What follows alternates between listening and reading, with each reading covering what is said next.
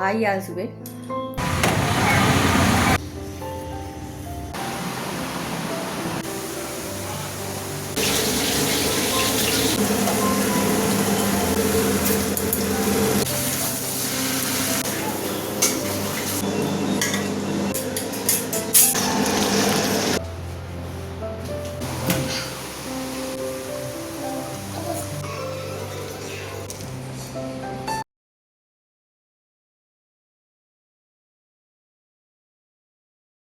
নমস্কার বন্ধুরা, আশা করি তোমরা সবাই খুব ভালো আছো। আমিও খুব ভালো আছি। সম্পাস লাইফস্টাইলের আরও একটা নতুন ভিডিওতে তোমাদের সবাইকে স্বাগত। আর আজ হলো বৃহস্পতিবার। সকাল থেকে আজকে সেইভাবে কিছু ভিডিও করার সময় পাইনি, কারণ তোমাদের দাদাভাই আজকে থেকে অনেক ভোরবেলা বেরিয়ে যাচ্ছে। আজকে 5টার সময় বেরিয়ে গেছে ও। তো সকালে তার আগে তো রান্নাবান্না করে দেওয়া সম্ভব নয়।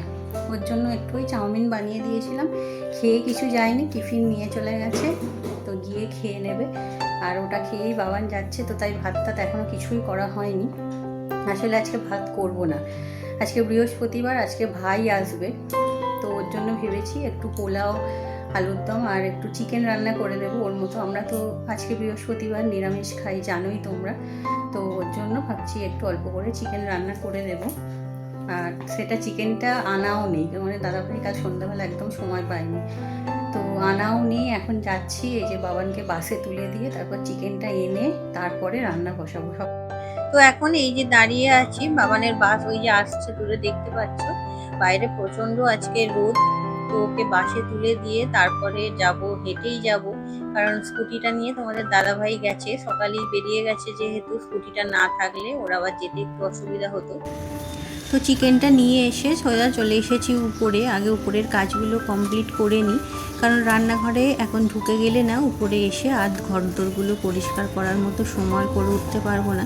আর এমনিতেও ভাই আজকে একটু দেরিতে যেহেতু আসবে, তো অসুবিধা নেই, একটু দেরিতে রান্নাটা বসালেও চলবে। তো এখন এই যে ঘরদোরগুলো ভালো করে ঝাঁট দিয়ে পরিষ্কার করে নিচ্ছি। আর এটা তো প্রত্যেক দিনের কাজ। কয়েকদিন বৃষ্টি হয়ে বন্ধুরা ওয়েদারটা যেন তো একটু ঠান্ডা হয়েছিল, কিন্তু এখন আবার আগের মতো সেই প্রচণ্ড পরিমাণে গরমটা পড়েছে।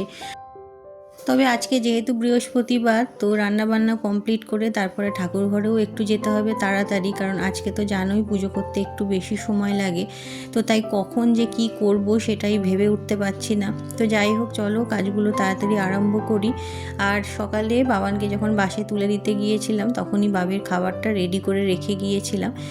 তো ঝাঁট দিয়ে এখন এই যে ওকে খাইয়ে দিচ্ছি, তারপরে ঘরটা মুছবো, কারণ অনেকটাই যেহেতু বেলা হয়ে গেছে, ও আর কতক্ষণ না খেয়ে বসে থাকবে। আর আজকে এই যে খেতে বসে একটু টিভি চালিয়ে দিয়েছিলাম, তো টিভিটা দেখতে দেখতেই খাওয়া দাওয়া হয়ে গেছে আজকে তাড়াতাড়ি। তো তারপরে ঘরগুলোও মুছে নিচ্ছি। তো আমার আগের দিনের ভিডিওতে অনেকেই অনেক সুন্দর সুন্দর কমেন্ট করেছো, অনেকে অনেক শুভেচ্ছা জানিয়েছো আমাদের বিবাহবার্ষিকীর জন্য। তার জন্য তোমাদের সকলকে অনেক ধন্যবাদ। তোমরা সবাই এইভাবেই পাশে থেকো। তবে কয়েকটা কমেন্ট আজকে না পড়লেই নয়। ঘরে বাইরে উরিত সুদীপ্তা এই আইডি থেকে দিদিভাই তুমি কমেন্ট করেছিলে, খুব সুন্দর ভিডিও বন্ধু, খুব ভালো লাগলো। হ্যাপি অ্যানিভার্সারি, ভালো থেকো, সুস্থ থেকো, আর 100 বছর একসঙ্গে পার করো। অনেক ধন্যবাদ দিদিভাই এরকম সুন্দর একটা কমেন্ট করার জন্য। এছাড়া মিনি লাইফ অফ মল্লিকা তুমি কমেন্ট করেছিলে, ভিডিওর প্রথমেই জানাই শুভ বিবাহবার্ষিকী, দুজনে এইভাবেই হাসি খুশি ঝগড়া খুনসুটি করে কাটিয়ে দাও। খাওয়া দাওয়াটা দারুণ জমে গেছে। আজকে তোমার ভিডিওতে দাদাকে ঠিক করে দেখলাম, খুব ভালো লাগলো। হ্যাঁ গো, ও আসলে ক্যামেরার সামনে খুব একটা আসতে চায় না। এছাড়া এক আকাশ স্বপ্ন থেকে পায়েল তুমি কমেন্ট করেছিলে, আসলে কি জানো তো, ভালোবাসা সবার মধ্যেই থাকে, কেউ প্রকাশ করতে পারে, কেউ পারে না। আমাদের দাদা হয়তো সেরকমই একজন মানুষ, তাই যতই অভিমান অভিযোগ থাকুক, তাও যে সবসময় তোমার পাশে আছে, এটাই অনেক। ভালো থেকো দুজনে। অনেক ধন্যবাদ পায়েল। তা কথাটা তুমি খুব একটা ভুল বলনি, সত্যি তোমাদের দাদাভাই একটু মুখচোরা টাইপের। তো যাই হোক, এখানে রান্না বান্না কিছুটা আয়োজন করে রেখে গিয়েছিলাম। আজকে ওই যে বললাম পোলাও করব, তো তার জন্য চালটা ধুয়ে পরিষ্কার করে রেখে গিয়েছিলাম। আর সবজি টবজি তো কাটা ছিলই, আপাতত চালটা এখানে ম্যারিনেট করে নিই। তবে ম্যারিনেশনটাও যদি সকালে করে রেখে দিতাম ভালো হতো, তবে সে সময়টা আর তখন হয়নি। তো এখন এই যে একটু ঘি, আদা বাটা, তার সঙ্গে গরম মশলার গুঁড়ো আর হলুদ দিয়ে চালটা ভালো করে একটু মাখিয়ে নিচ্ছি। তারপরে রান্নাটা বসিয়ে দেব। তবে ওদিকে আলুর দমটার জন্য আলুটাও ভাজতে দিয়ে দিয়েছি, কারণ এখন একেবারেই সময় নষ্ট করা যাবে না, তাড়াহুড়ো করে রান্নাটা করতেই হবে। আর এই কড়াটাতে না রান্না করলে দেখি পোলাওটা মোটামুটি ভালোভাবেই হয়, কারণ কড়াটা একটু যেহেতু বড় তো সবার জন্য ভালোভাবে করা যায়। অন্য যে কড়াগুলো আছে তাতে না পোলাওটা ধরে না। তো যাই হোক, প্রথমে ওই যে গোটা গরম মশলা, কাজু, কিশমিশ সমস্তটা ভেজে নিয়ে তারপর চালগুলো দিয়ে একটু ভেজে নিয়েছিলাম। আর ওই কাপটার মাপে যেহেতু চালটা নিয়েছিলাম, তাই ওই মাপেই ডবল পরিমাণে জলটা দিয়ে এখানে বসিয়ে দিলাম লো ফ্লেমে কিছুক্ষণ হোক। আর এদিকে তো আলুর দমটা বসিয়েছিলাম, তার জন্য এই যে একটা বাটনা করে নিচ্ছি। তবে আজকে নিরামিষ আলুর দম করলেও অনেক কিছু এর মধ্যে দিয়েছি, তবে সবটা দেখানো হয়নি, ভিডিওটা বড় হয়ে যাচ্ছিল।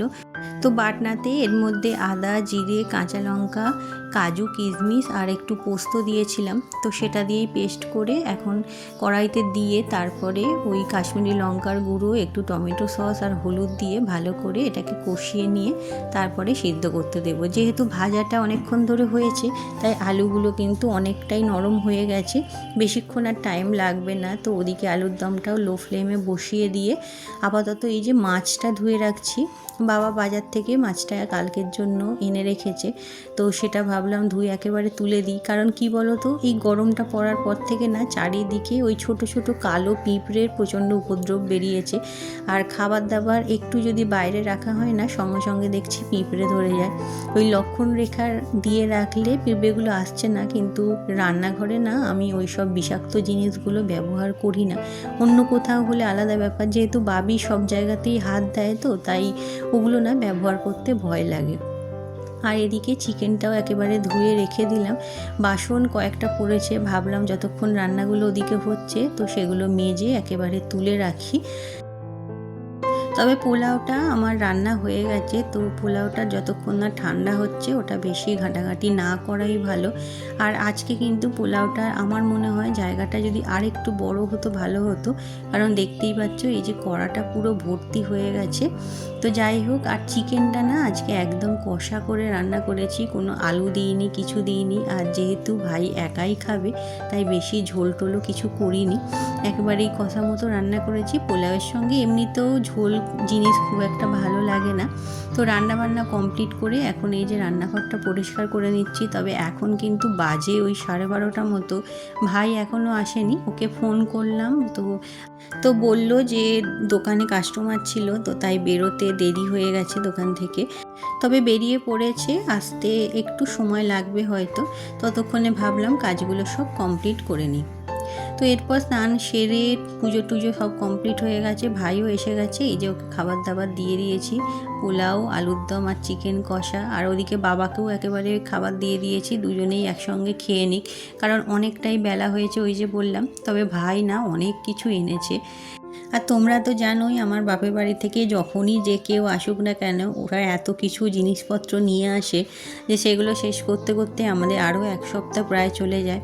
এই যে ওর জন্য একটা মাজা কিনে এনেছে, বাবি আসলে মাজাটা খেতে খুব ভালোবাসে।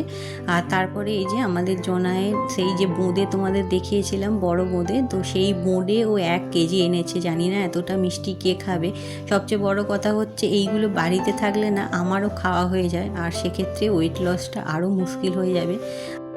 তো যাই হোক, ভিডিওটা আজকে এখানেই শেষ করছি। ভালো লাগলে একটা লাইক করে চ্যানেলটা সাবস্ক্রাইব করে পাশে থেকো। আবার দেখা হবে পরের ভিডিওতে। টাটা।